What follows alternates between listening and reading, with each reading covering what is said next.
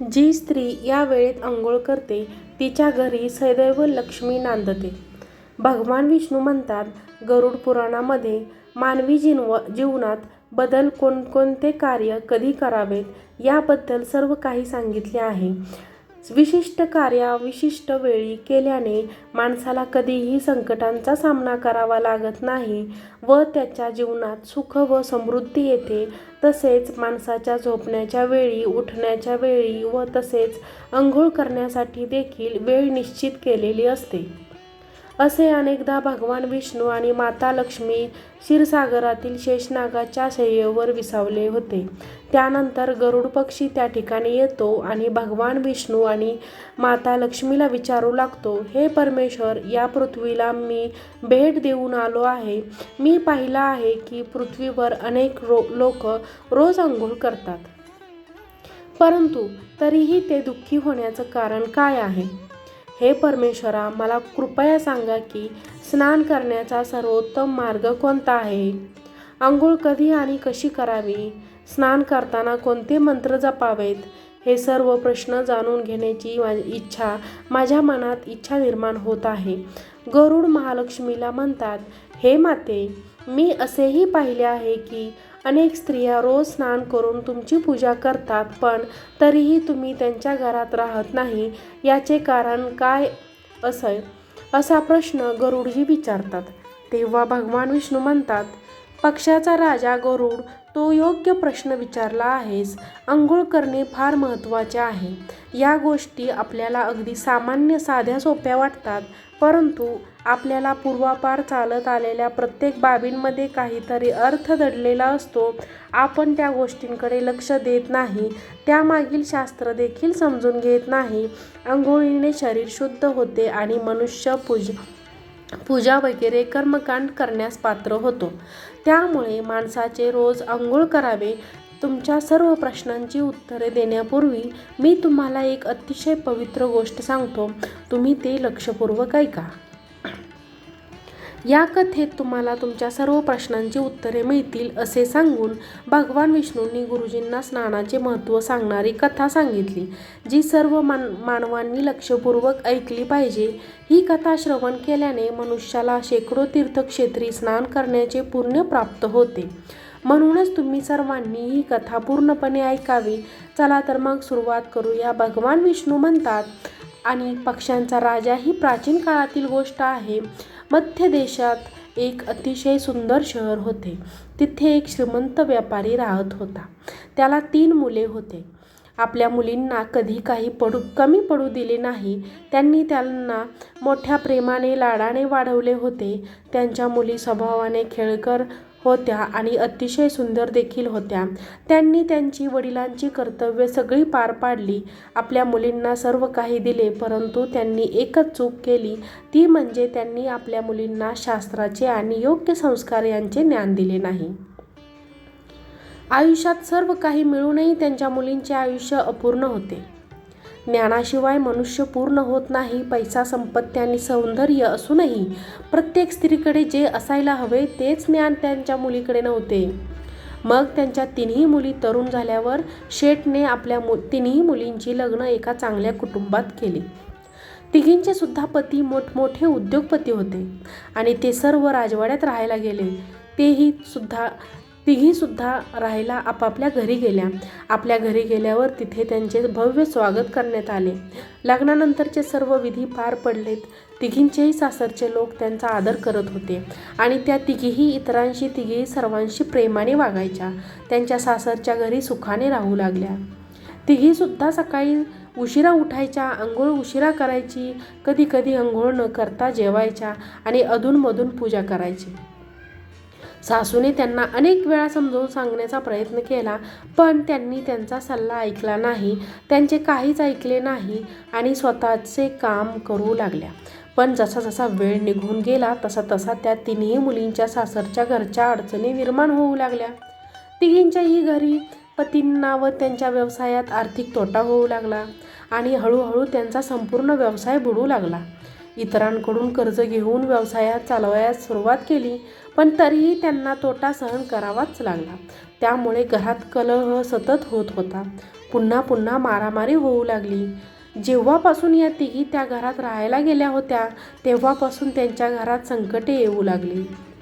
तिन्ही बहिणींना त्यांच्या सासरच्या घरी पैशाची इतकी कमतरता होती की त्यांच्या घरातून सर्व काही गमवावे लागले आणि त्या सर्व एका झोपडीत राहू लागल्या. परंतु तिघी बहिणी झोपडीत राहणे पसंत नव्हते. त्यामुळे त्यांच्या सासरचे घर सोडून माहेरी आले आणि वडिलांसोबत राहू लागल्या. घरी आल्यानंतरही त्यांच्या सवयी बदलल्या नाहीत आणि आपल्या घरी आल्यानंतरही तिन्ही बहिणी मोठ्या थाटामाटात जगू लागल्या. तिथेही तिघी सुद्धा उशिरा उठायच्या, उशिरा आंघोळ करायच्या आणि आंघोळ कधी करायची नाही कधी करायची, तर कधी आंघोळ केल्यानंतर जेवायच्या, तर कधी आंघोळीच्या आधी जेवायच्या. त्यामुळे त्यांच्या वडिलांनी व्यवसायात तोटा होऊ लागला. त्यांची आर्थिक समस्यासुद्धा ढासळावी लागली. मग एके दिवशी भगवान विष्णू साधूच्या रूपात त्यांच्या दारात आले. त्या साधूचे प्रेमाने स्वागत केले, पाय धुवून नमस्कार केला. तेव्हा शेठला जवळ बोलावून साधूंच्या समोर उभे केले आणि त्यांच्याबद्दलची संपूर्ण हकीकत सांगायला सुरुवात केली. साधूने शेठच्या तिन्ही मुलींकडे पाहिले. बरोबरच त्यांना संपूर्ण सत्य समजले व तिन्ही बहिणी होत्या नकारात्मक ऊर्जेचे वर्तुळ, जे त्यांच्यासोबत फिरत होते. ते कुठेही गेले तरी ती नकारात्मक ऊर्जा त्यांची साथ सोडत नव्हती. साधू त्या शेठला म्हणाला, तुझ्या तिन्ही मुलींच्या सवयीमुळे त्यांच्या भोवती नकारात्मक ऊर्जेचे वर्तुळ आहे. या कारणास्तव जिथे जात आहे तिथे फक्त दुःख आणि संकटे येत आहेत. तुमच्या तिन्ही मुली खूप आळशी आहेत. त्या उशिरा उठतात, उशिरा आंघोळ करतात, उशिरा आंघोळ न करताही जेवतात आणि त्यामुळे त्यांच्या आयुष्यात हे संकट येत आहेत. मग त्या साधूंनी त्या व्यापाऱ्याला आणि व्यापाऱ्याच्या मुलींना खूप महत्त्वाचे ज्ञान दिले आणि त्यांना दररोज त्यांचे पालन करण्यास सांगितले. भगवान स्नानाचे 4 प्रकार आहेत: ब्रह्मस्नान, देवस्नान, मानव स्नान, दानव स्नान. याचेही वर्गीकरण वेळेनुसार केले जाते. शास्त्रात ब्रह्ममुहूर्तावर स्नान करणे श्रेष्ठ मानले जाते. ब्रह्ममुहूर्त म्हणजे रात्रीचा शेवटचा तास आणि सूर्योदयाचा ठीक 1.5 किंवा 2 तास आधी असतो तो तास, म्हणजे ती सामान्य होते.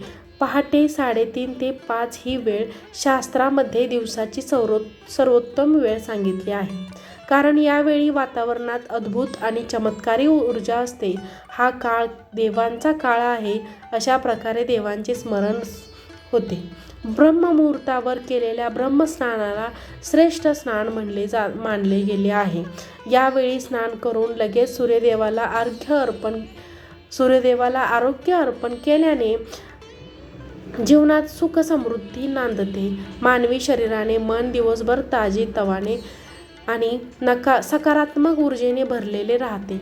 ब्रह्ममुहूर्तावर स्नान केल्याने मनुष्य व्याधी आजारपणापासून दूर राहतो. त्यांच्या शरीर निरोगी आणि तंदुरुस्त राहते.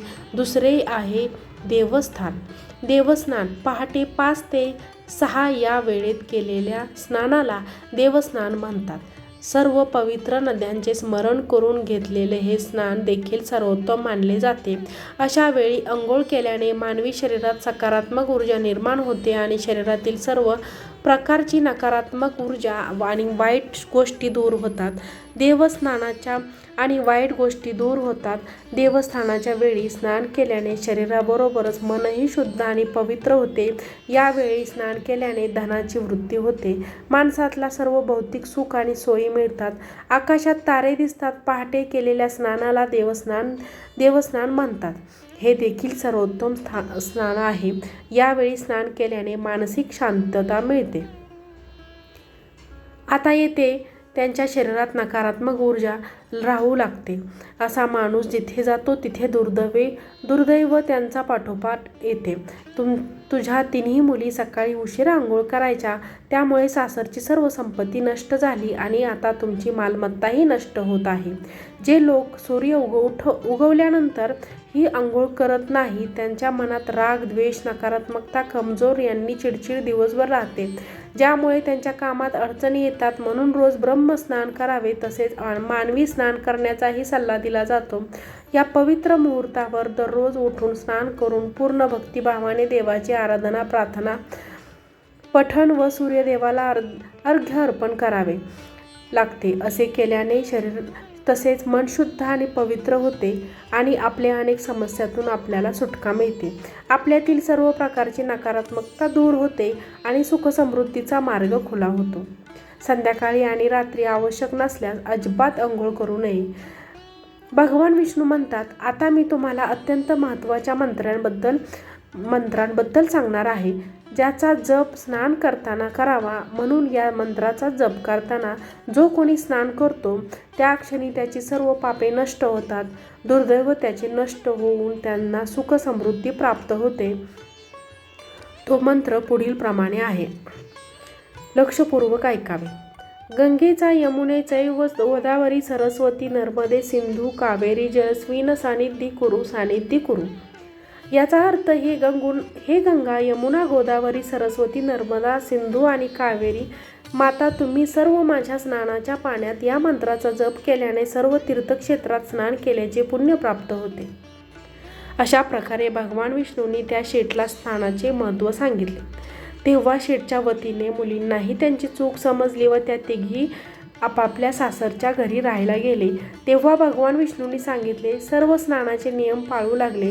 सकाळी सकाळी ते नियम पाळू लागले. तिघी सकाळी ब्रह्ममुहूर्तावर उठून रोज स्नान करून सूर्याला पाणी देऊ लागल्या.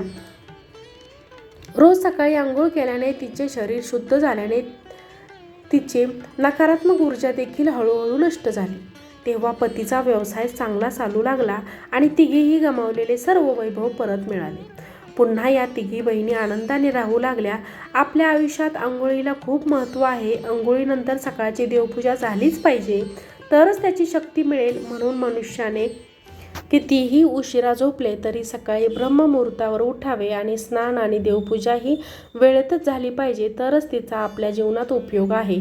नाहीतर मग आजारांना आमंत्रण करणं. मनुष्य जे काही कर्म करतो त्या प्रत्येक कर्माला महत्त्व असते. म्हणून स्नान, देवपूजा ह्या कर्मांना पण तितकेच महत्त्व आहे. त्यामुळे रोज सकाळी ब्रह्ममुहूर्तावर स्नान करणे खूप गरजेचे आहे. व्हिडिओ आवडल्यास लाईक करा, शेअर करा, सबस्क्राईब करा. व्हिडिओ पाहिल्याबद्दल खूप खूप धन्यवाद.